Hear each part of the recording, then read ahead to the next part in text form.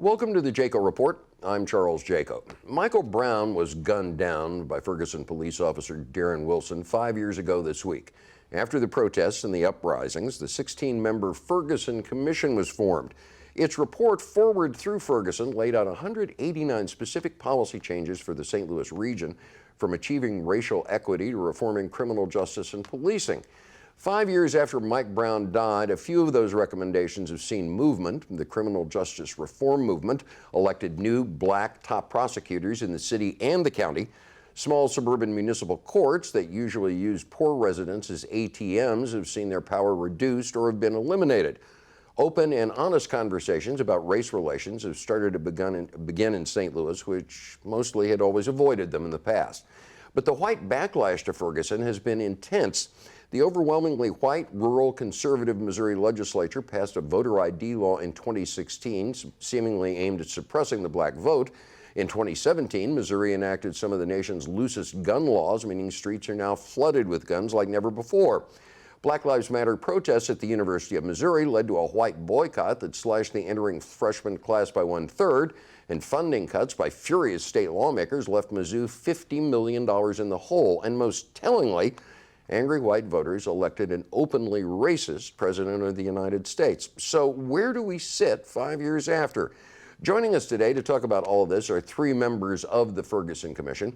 The Reverend Starsky Wilson was Commission Chair as CEO of the Deaconess Foundation. Commission member Felicia Pulliam, an attorney, is co-founder of the group St. Louis Renewed, and Commission member Rasheen Aldridge Jr. is the Fifth Ward Democratic Committeeman and a candidate for the Missouri House of Representatives. Welcome to all of you. Thank you for being with us.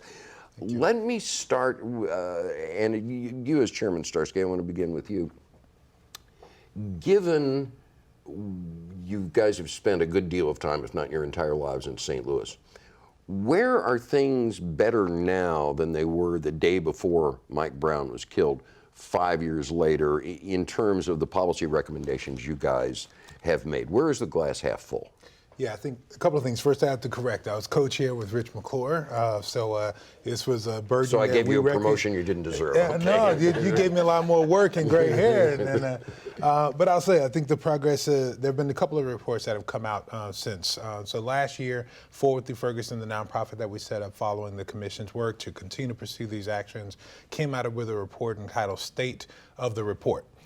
Tracking the Ferguson Commission calls to action. That suggested that on a 5-point scale, we were about 2.5 as far as moving those policy recommendations. They said that that a significant amount of them have received some degree of implementation. Only 5 of the 47 signature priorities have been fully implemented. Earlier this year, to very little fanfare on January 2nd, the city of St. Louis, along with Forward Through Ferguson and others, the United Way, the Rockefeller Foundation, produced a report called Equity Indicators that used the report as a framework to assess St. Louis on a 100-point scale in these 3 core areas of the report of child well-being, or children at the center, justice for all, and opportunities to thrive. What they found is that we're about 46 on a 100-point scale. Either way, this is a failing grade. So we've got a lot of work to do. But outside of the policy recommendation and those specific metrics, I'd say we have moved forward, particularly because of the commission's work in our conversation, in our capacity, and in the courts. In our conversation, we're now talking about racial equity. We're using language, quite frankly, that was not new in 2014. The language of racial equity, the integration of it in the policy was not a new thing for America. It was decades old, but St. Louis wasn't using that in 2014. So we have advanced that that's something that we can do in our community now. As it relates to capacity, as I look at grassroots groups, community organizing groups that were underfunded, under-resourced, not getting the attention they deserve for the kind of tension that they held for us in this community to advance these policy recommendations, we see a greater capacity. I think we played some small part in that, in modeling that a state bureaucracy that is a commission can be used as a community organizing tool. And then finally in the courts. Because of groups like Arch City Defenders, because of attention being held by places like Action St. Louis and others, impact litigation is being used as a strategy again.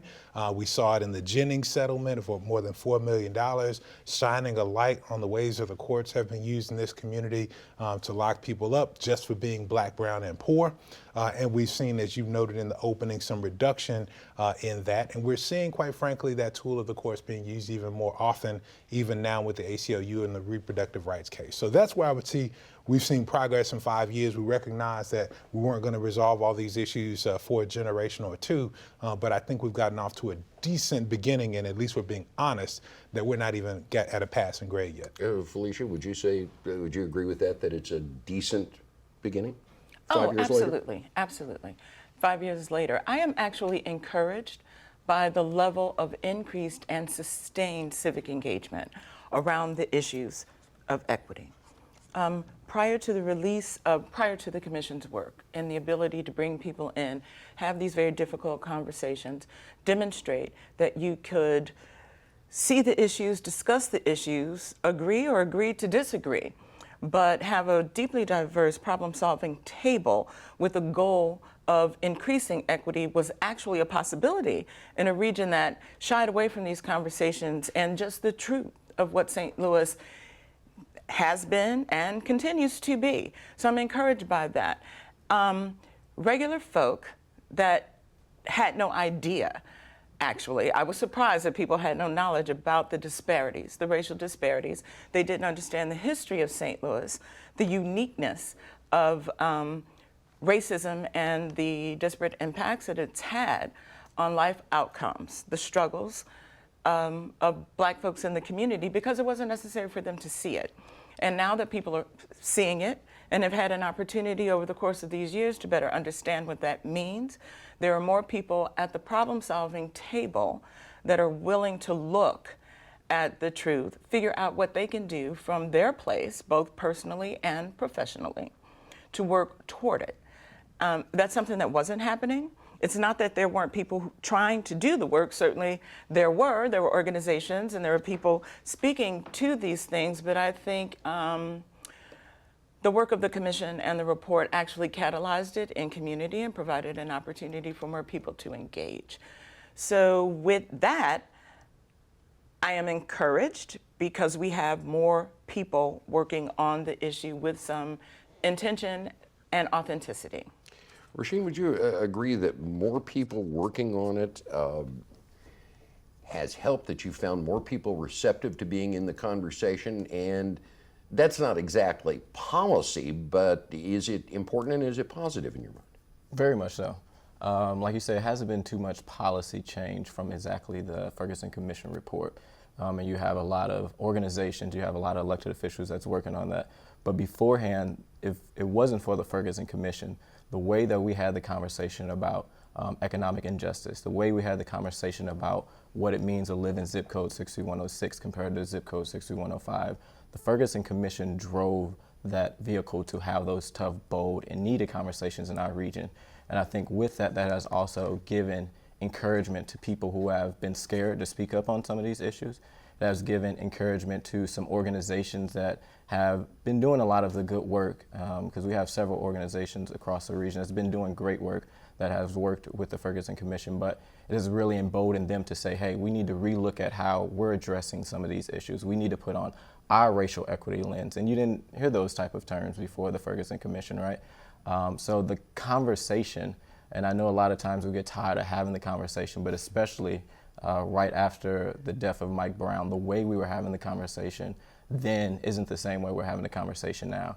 Being bold and unapologetic on some of the issues that affect all of us ultimately, if it's Northside St. Louis or if it's North County, if they're not doing well, if they're seeing at high rates being pulled over by law enforcement and the government's not working for them but against them, or if you see that and these jobs are not paying a livable wage, until all those issues are changed, until they're addressed, until they're actually called out for what they are, and a lot of it is systemic racism in the system, that's when the change is starting to happen. And I think a lot of it has been due to the Ferguson Commission and us being willing to go all across the city, north, south, east, west, county, city, and have those tough, bold, unapologetic conversations. Now, this is a question for all of you, and feel free to jump in and interrupt me or one another. In terms of the policy, the specific policy recommendations that haven't moved off the dime yet, which one or two do you guys think is the most important that we need to light a fire under and get moving? Well, I'll punt. And so this is one that has moved, but I think about Rasheen.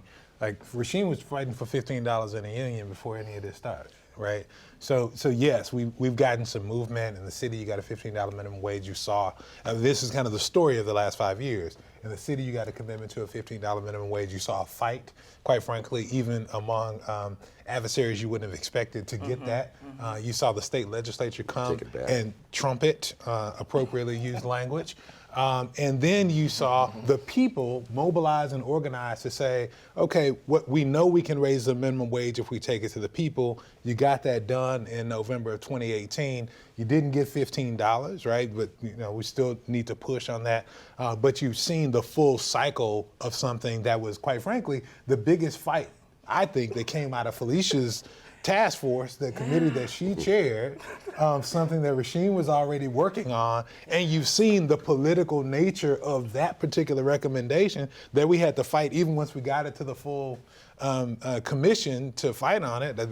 I didn't show up in her committee a lot because I knew the work was happening, but I showed up that day because I knew there would be a fight over the $15 minimum wage. I knew we needed to get certain language out, and then I knew once we got it to the full commission, we could just cut off all of the part after $15. Just stop. But I think just stop it right. Let's put a period right there where that comment is. But I think that tells a story of the stuff that's moved. Yeah, absolutely. Poverty is a plague. Poverty is a disease. And having $15 an hour, a living wage, provides an opportunity, a bandwidth for people in their lives to address the other systemic issues that are causing the disease, the dis-ease, the actual illness in people's lives. So I thought it would be practical and reasonable, and folks would be like, yeah, we've got all the research, let's just do this one easy thing. But we know that social justice movements have a pattern. So you make the progress, and then there's a retraction, a resistance, and retrenchment. So understanding the pattern of any movement, I wasn't quite prepared for exactly the way it happened at the state legislature, but I knew that we were going to get some pushback, right? And so now we're entrenched in what does it mean if we have economic mobility for everyone in the community, especially Black folks and communities of color that have been excluded from economic access and opportunity. Rasheen, would you agree that that's the one thing, the economic part, whether it's the minimum wage or other moves toward economic equity, that needs to be pushed the hardest? I mean, being someone who has been part of that economic justice movement, I would be remiss if I didn't say so. But I think it's really a lot of moving pieces. You can't make a livable wage if you don't have a community where you're not being over-policed, right? You can't live in a community where housing isn't the same and you still don't make enough money. So we need to be uplifting all these issues. That's the tough thing. We can't just uplift one. We got to be pushing all the ceilings up as high as possible. And I think the greatest thing that the commission said from day one, we're not trying to be a leader. We want to use this as a blueprint.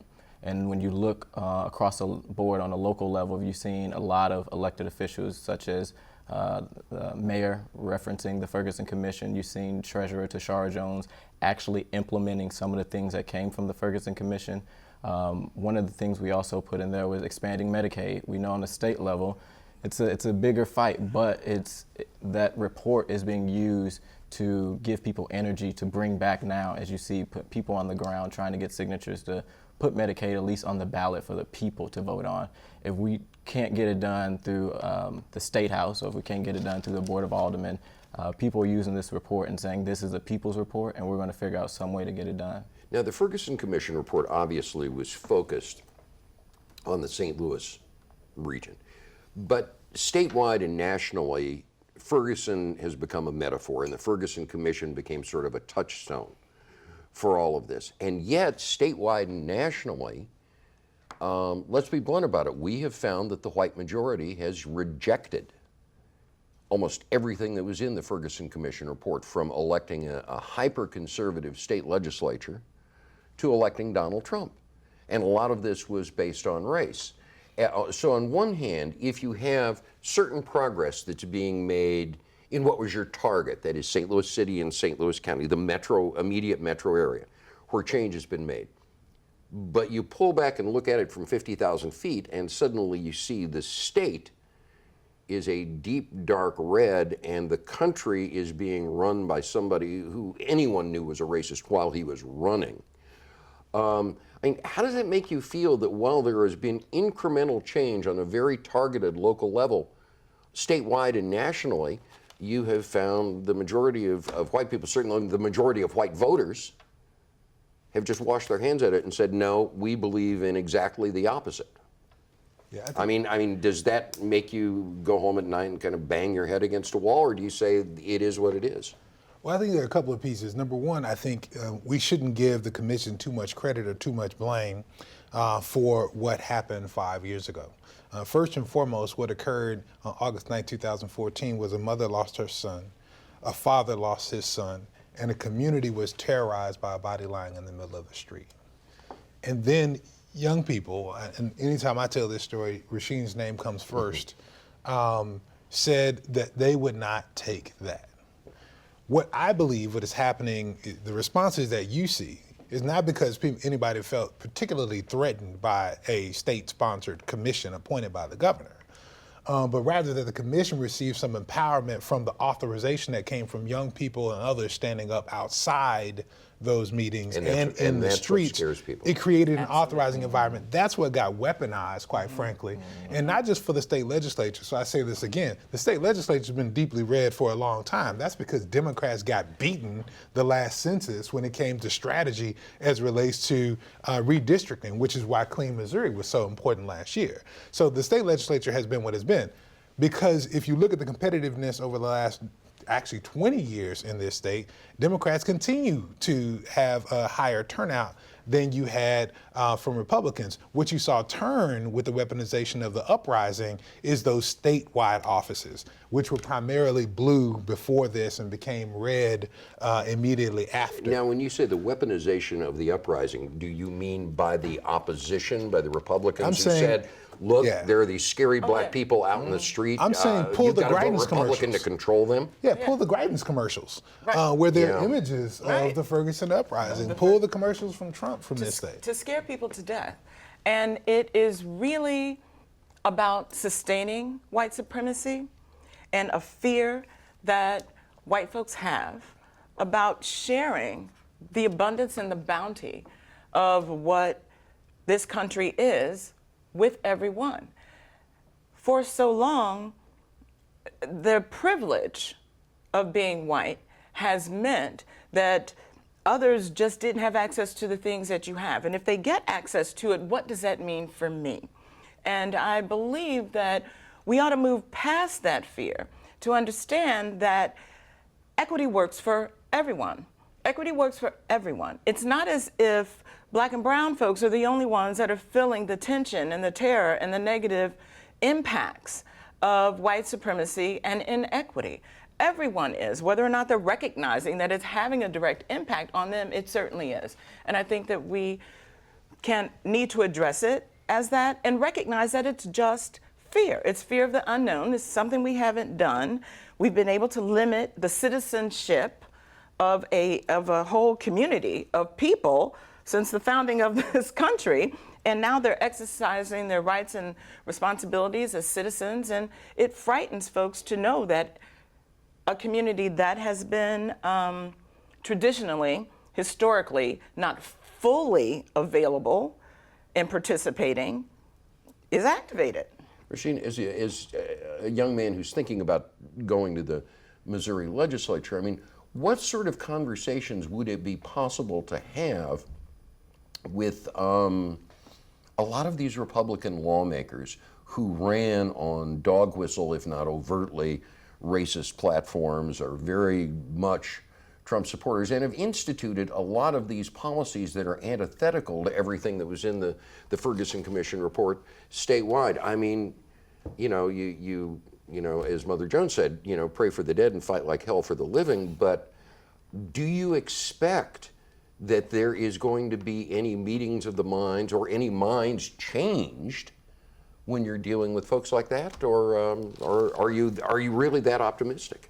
I wouldn't say it's just my youth that makes me that optimistic. I'm hopeful. I know that it isn't going to be an easy conversation to have with people who stay miles and miles and miles away and don't have a community that look like me, that don't live in an area where they see constantly over and over houses decaying, right? Or you constantly see young people not having the opportunity to just go to a park and have a playground. I'm going to have tough, bold conversations with them. I'm going to be honest of what the reality is in the city of St. Louis, what it is to be a young black man growing up, or a young black woman, or a young trans person growing up in the city of St. Louis and being harassed at the hands of police. And at the same time, I think there is some there's some connection. There is going to be some common ground at the end of the day. We get so caught up in party lines and forget about the issues that affect people. Those issues that are in rural Missouri, there are schools closing, our schools are closing too. A lot of the jobs out there are low wages, just like the jobs here in the city of St. Louis. So there's common ground, but we have to get so out of being using what the president and using these terms and these messages to try to scare people and use hate. We just got to understand that we're human. We have the same common issues. How do we address them? Maybe differently. The conversations may not be great. I mean, we may be yelling at the end of the day, but if we can help the individuals that are in the St. Louis region area in the 78th district, it will ultimately benefit the same individuals that are in rural Missouri, northeast Missouri, and it's going to help our state. But when you have a president and you have leaders that are in power pushing this hate message, we got to get beyond all that and get to the basic of what the issue is. Professor, as I talked to you before we went on the air, Professor Colin Gordon, who wrote the book Mapping Decline, and is out with a new book called Citizen Brown about racism, racist policies in St. Louis County suburbanization, had a quote to me in last week's program where he said, racial attitudes in St. Louis tend to be ossified around 1940. Well, even I'm not old enough to remember back then, but I got what he meant. Did you find in your work on the Ferguson Commission 5 years ago and continuing to the present day that the habits of mind that people have gotten into about being dug in with their own racist viewpoints, being used to the way things are in St. Louis in terms of race relations, were a really high obstacle to overcome? Or do you feel as if you guys were able to get over that hump? Was it worse here than had you put the Ferguson Commission report together in some other city? Oh, wow, that's interesting. That is interesting. You know, St. Louis is unique in that it is a community that has fought integration at all levels, and we have a lot of cases that came out of the region that got to the Supreme Court that changed the way we live and what's acceptable and not. So in some ways, it's always been the journey. It's always been the work in St. Louis, and it's had ripple effects across the country. So I think having the uprising here in Ferguson, the commission report, and then the work that has come out of it is, for me, a very interesting continuation of the journey of what it means to be Black in St. Louis and what it means for people to do this work. And I learned that folks didn't know they were racist. They didn't know that that was racist. It's just the way that it is. And it gave me an opportunity to reflect on white supremacy and why people believe it. If I'm white and I look around my community and the houses are kept well and things look great, and I'm like, wow, white people are doing a really good job. Why don't those Black folks do that thing? I have to uncover decades, centuries of history and policy and practice to understand why we have the Del Mar divide. That's not happenstance, that's not a mistake, that's an intentional investment in a white community. And if you have all of those economic tools at your disposal, and you have the assistance of the government, and you have a plan to create all of this wonderful stuff, right? It looks like white folks just have the ability to do things well.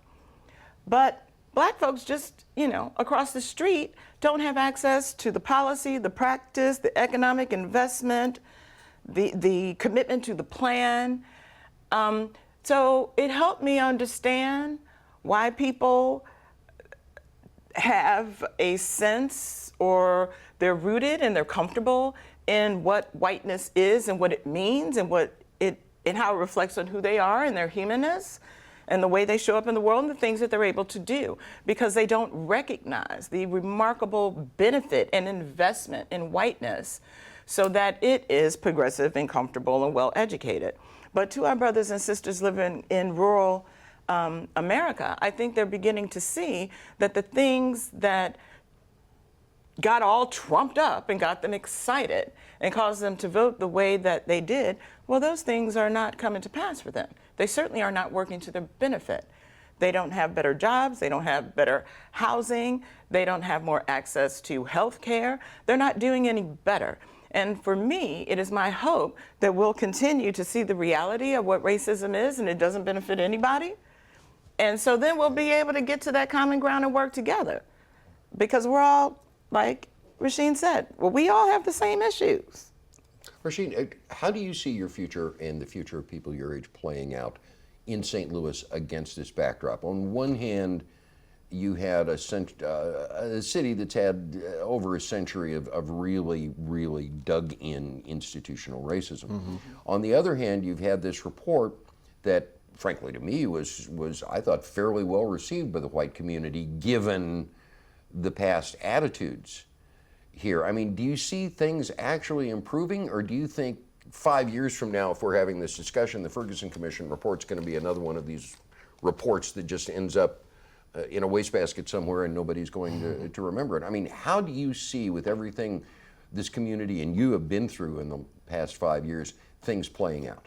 Well, one thing is that's why we also made sure that the report was online, so it can't be in some wastebasket. So people can always get online and check it out. But I mean, St. Louis has had a long history, like you say, of racism. If it's been the Team 4 plan to strategically hurt certain communities, or the white flight from Pruitt-Igoe to some of these municipalities, Blackjack, that was just starting to come up. We have a strong line of racism, systematic racism in this city. However, I know one thing, before even the Ferguson Commission was around, the conversation started because of the young people that took to the street. The conversation started because of the rooms that the young people was willing to enter in, even when they told us we couldn't be in those rooms. And those conversations has only grew and only gotten to a point where we really can have tough, deep-rooted conversation about what white privilege is. And there's nothing you should feel guilty about. I mean, you have it.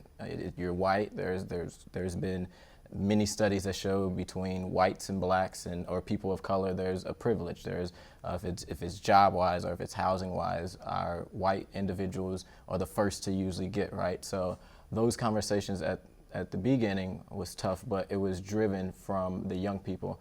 And I remember being at a meeting that we had at the Ferguson Commission, and this older white woman came up to me and she said, "I thank you and all the young people out in the streets that are doing what you were doing. I didn't know what I know now."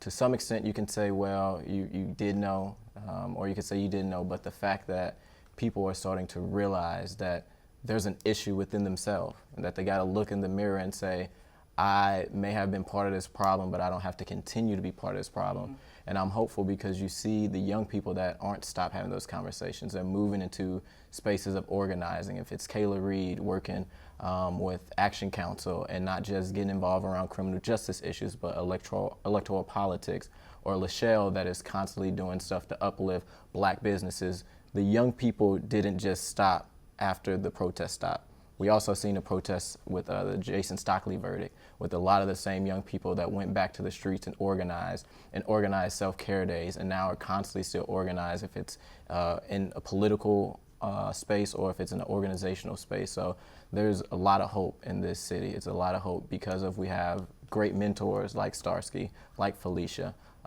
and many others that are investing that into the young people and say, we need you. How do we have your back and how do we support you? And with that, we're going to have to wrap it up. Thank you all very much for coming in. It's fascinating, and I'd love to have you come in again. sooner than another 5 years. Thank you very much. Our thanks to Starsky Wilson, Felicia Pulliam, and Rasheen Aldridge, and our thanks to you for being with us. We hope you can join us back here next week for another edition of the Jaco Report. We'll see you then.